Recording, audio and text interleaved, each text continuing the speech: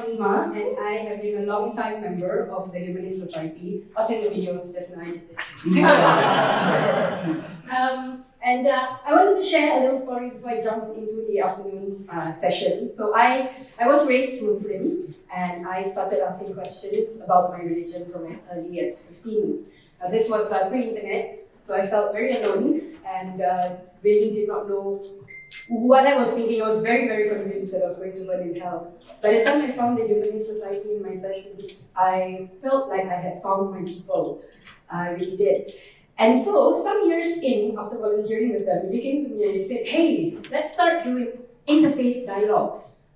And I was very, very skeptical. I asked them, what sort of PR nonsense is this? Why are we engaging in dialogue with people who want to see us burn? And they said it's because the census, the national census, says 18% identify as free thinkers. We need a seat at that table in the closed doors and these rooms, right? And so I thought, okay, that's a great reason, very practical, I'm going to help. What I did not expect was the rather transformative effect that interfaith dialogues had on me as a very angry atheist at that time. Because I was able to meet progressive Muslims like Imran, like Fahima that we met this morning. And they really made me see that, and I know this is a very basic thing, right? Islam is not monolithic, Muslims are not monolithic, everybody interprets it differently. But when you meet these human beings on a one-on-one level, and you really understand that not all Muslims will body shame you, not all Muslims want you to burn, it was really very transformative for me. It helped me to process a lot of my hurt, my anger, and I'm really very happy to see I'm in a much, much better place today. And I'm even happier that that work that the Humanist Society started with Interfaith Dialogue has now become 9 years on the whole theme of an entire conference. Kudos to the team. Thank you very much for listening. Okay, on that note, let's move on to the afternoon session. It is my pleasure to invite up here Dr. Takashi Ichioka. Allow me to do his introduction before I bring him up. Now, he's a distinguished academic, public servant with a rich background in multicultural coexistence, social inclusion, and the political sociology of ethnicity and religion. Now, Dr. Takashi has served in Japan's Ministry of Transport and as director of the Singapore Office for Marine Accident Prevention before transitioning to academia. But since 2019, he has lectured at Osei University, where his research focuses on Muslim societal dynamics in Japan and Southeast Asia. He's also a very lovely man, so how about you give me a round of applause to welcome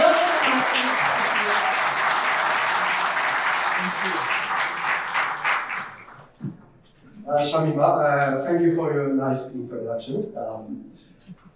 Okay, can I this? Okay, I want to move this myself. Okay, okay. Yeah. I keep the same one. I use the same one. Okay. Okay, I'm Takashi Ichioka. I'm from Japan, the least religious country in the world, as I mentioned in the morning session. Actually, I'm a Buddhist, but a non-practicing Buddhist.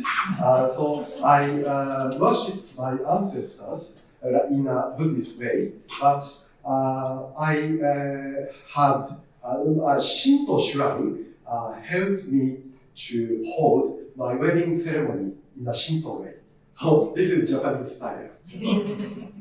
So thank you for inviting me to this great conference.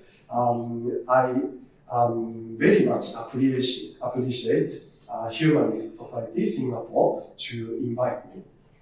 So I've been doing my research for more than 10 years on Singapore's ethnic and racial relations. This is a very exciting topic for me. I will present in this session about interfaith activities in Singapore. But I also did my research on ex-Muslims in Singapore, the people who left Islamic faith in Singapore. But I will talk about this, the latter issue in the session, in the panel. I think I can make some contribution in the panel.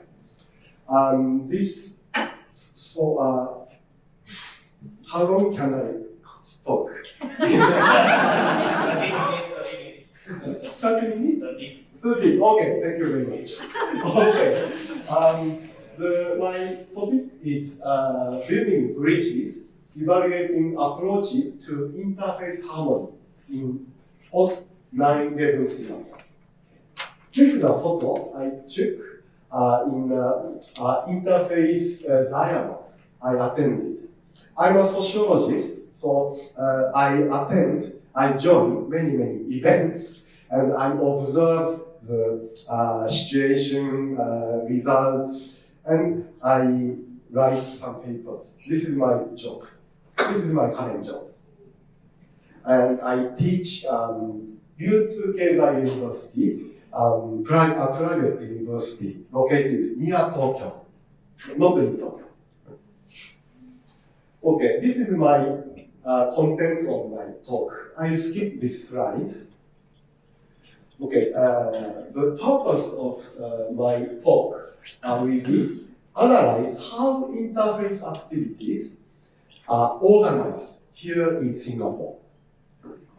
In this presentation, interfaith activities means activities, various activities to promote interfaith harmony taking place in Singapore.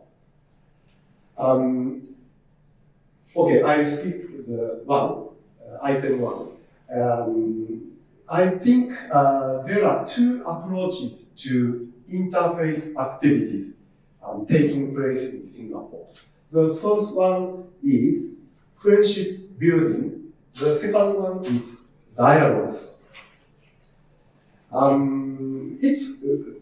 In reality, it's very difficult to split these two approaches very clearly because the events organized in Singapore sometimes include two components, two factors. So I think you could understand this approaches or elements or factors are included in the events organized in Singapore for the racial, religious harmony. This presentation is based on my participant observation of interfaith activities happening here in Singapore. As I'm a sociologist, I join many events like this. I'm here and observe what's happening, what the views of people participating in these events. Okay, I should move back to this slide. So I will consider how these interfaith activities could be promoted to widen, both to widen and to deepen interfaith relations here in Singapore. Okay, next slide. Background is like this. Interfaith harmony is regarded as critical importance in Singapore under Singapore's context. Of course, it's natural because Singapore is a multi-ethnic and multi-religious nation. And two, Singapore also has experienced racial or religious disharmony, conflicts in 1950s and 1960s. So the government of Singapore, also people of Singapore, often say that we must not repeat them. So this this mindset is deeply ingrained in the heart of Singapore people. And in addition, Singapore is a red dot. Red dot means Chinese dominant nation in Malay's ocean of Southeast Asian region. And if Singapore mishandle racial or religious issues, it might be have interference from neighboring nations. So this is Singapore government concerns. Particularly after the 9/11 in the United States and attempted terrorist attack in Singapore in 2001 and 2002, critical importance of religious harmony has become more emphasized here. I put the newspaper in 2002 on my slide. This is a news article about attempted terrorist attack in Singapore. Because of the effort by the security agencies here, this attempt was aborted. But a kind of Islamophobia prevailed here in Singapore. According to my informant's information, most of Malay students had very uncomfortable experience. Their school friend told them about some jokes about terrorist attack to Malay students. So they clearly remember that. After these incidents, the government strengthened the effort to religious harmony issues rather than racial harmony issues. So I have to talk about two approaches of interfaith activities. The first is friendship building. This is like this. People from diverse background get together. Background means race, Chinese, Malays, Indians. Or religion, like Christianity, Buddhism, Islam. So people get together and build friendship each other. So they have dinner, lunch together. Sometimes they do sports events like that. I can show you some examples. The IRO is interreligious organization, which they say it is the oldest interreligious organization in the world. I'm not sure it's true or not, but they themselves say that. It was established in 1949, if I am correct. So this organization is include the voluntary participants from religious communities. And also the government established racial and religious harmony circles, former interracial religious conflict circles, IRCC. This is this is local community-based bodies to enhance, to promote interfaith, interracial activities. And the second approach is dialogues. People from diverse backgrounds discuss interfaith issues. So this one was organized by the government, but this is private, mostly private. Non-government organizations are involved.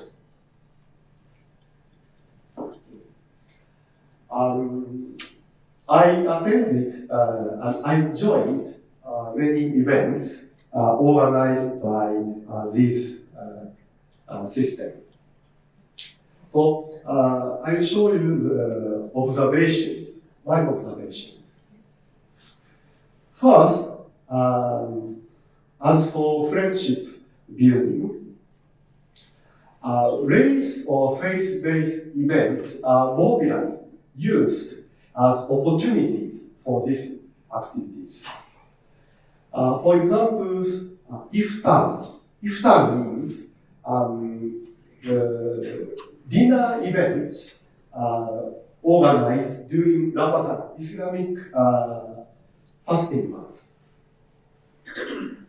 People get together, not only Muslims, but non-Muslims are also invited here in Singapore. This is one example. Another example I attended was Dumpling Festival. This is a race-based, ethnicity-based event. Chinese festivals are organized on the 5th of May in lunar calendar. Chinese people cook and eat rice dumplings. So this is called Dumpling Festival. So these are community-based activities. So in these events takes place in many parts of Singapore. And mostly IRCC, now racial and religious harmony circles organize this kind of events. These events are organized by leaders as usual members. Ethnic leaders from ethnic group or faith group. These leaders organize this kind of event and get together and build and assure their mutual friendship. So they meet, oh, hi, oh, nice to meet you again. Or they shake hands, they eat food together, such kind of things. And not only leaders, but general participants, general citizens are also invited to this kind of event.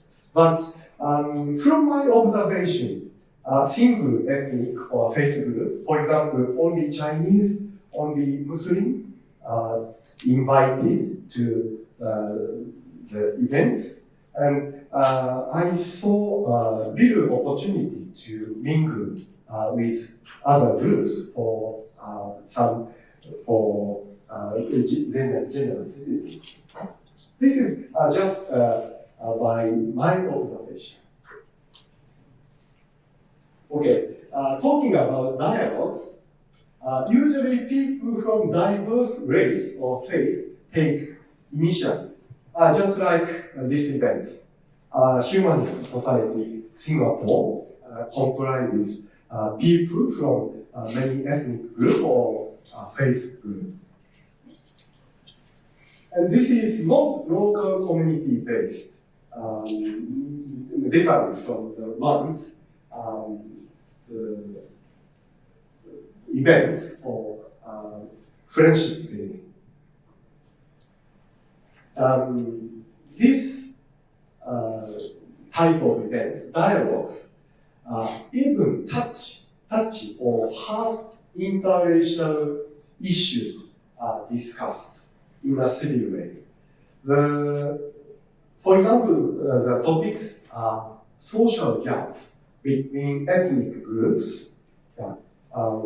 The social gap between ethnic groups is very visible here. So this, why this happens? What are the causes of this phenomenon? This kind of things can be discussed in these types of discussion. Or discrimination, this is also a touchy issue. And terrorism, mobilizing religions. In some events I participated in, there was a small debate. Why Islamic faith is mobilized to promote terrorism? Some participants raised this question. But one of the participants representing Islamic faith answered, Islam is a religion of peace. So discussion doesn't go further. Stop there. But these types of dialogue, in these types of dialogues, people will go further. So this is in my observation, this is a very contrasting difference. In this type dialogue approach, participants meet to deepen mutual understanding, including the issues including on social issues, not just cultural affairs, only through interaction. Okay, this is IRO, the so-called oldest interfaith organization, which started in Singapore. All men. Where's the old man? No females. I think, very famous places in Singapore. This photo was taken on the opportunity of Deepa Valley. Deepa Valley is a Hindu festival. So Hindu festival, Islamic festival, they flock together and take a group photo and have dinner or lunch, this kind of activities. I had no intention to say that IRO is not engaged in dialogues. That's not true. But what I want to say is that IRO is rather friendship building oriented. So you should, I hope the IRO youth group engaged in lots of dialogues. I know that. So the basic, I'm talking about basic orientation. Just only that. Okay, this is an example of local community-based activities for friendship building. The local leaders, for example, are Muslim or Hindu or people from diverse race or religion come together and celebrate Chinese festival, Dumpling Festival. Actually, behind these people in the front row are mostly Chinese in this event. But this kind of event can symbolize the racial harmony in Singapore.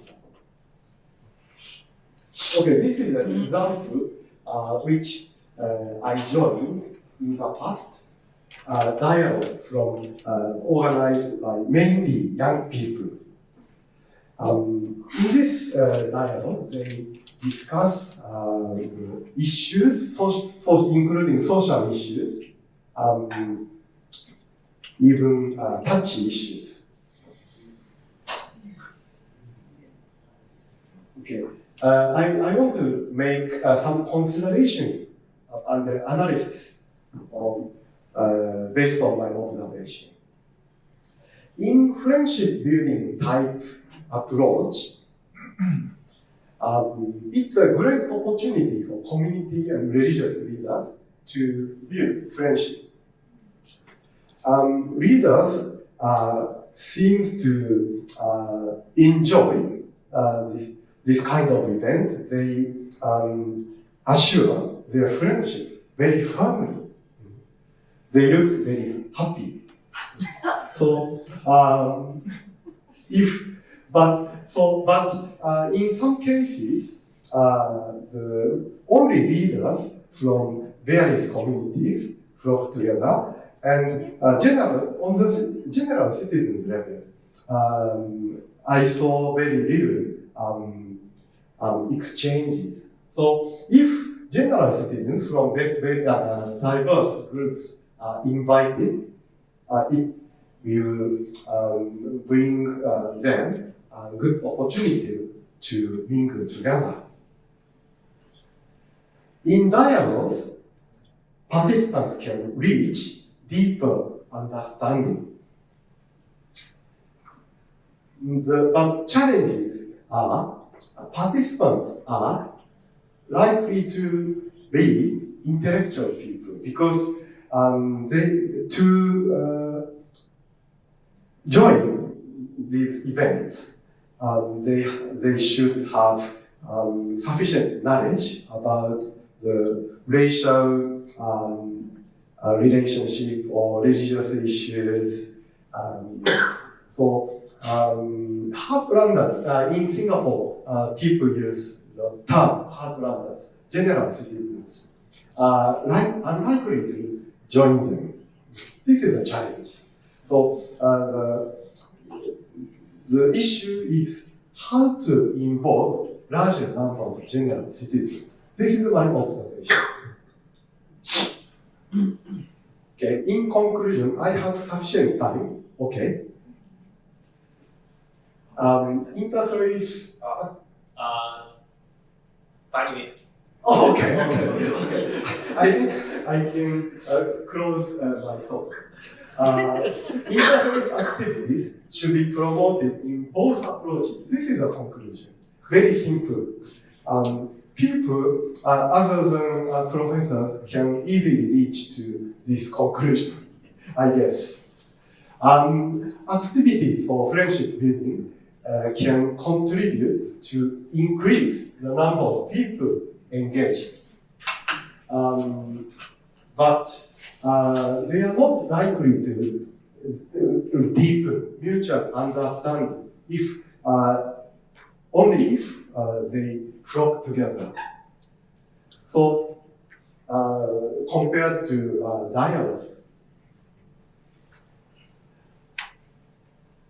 On the contrary, dialogues can contribute to deepen people's mutual understanding.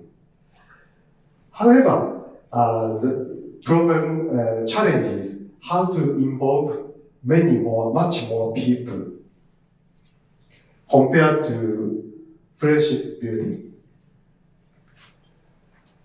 Therefore, both approaches could be adopted according to the situation to increase the volume and depth of interface relationship in Singapore. This is a conclusion. So, like this, interface relationship can be broadened or widened through friendship building activities. And it should be also deepened by mutual understanding through dialogues. A very simple conclusion. I'm very sorry.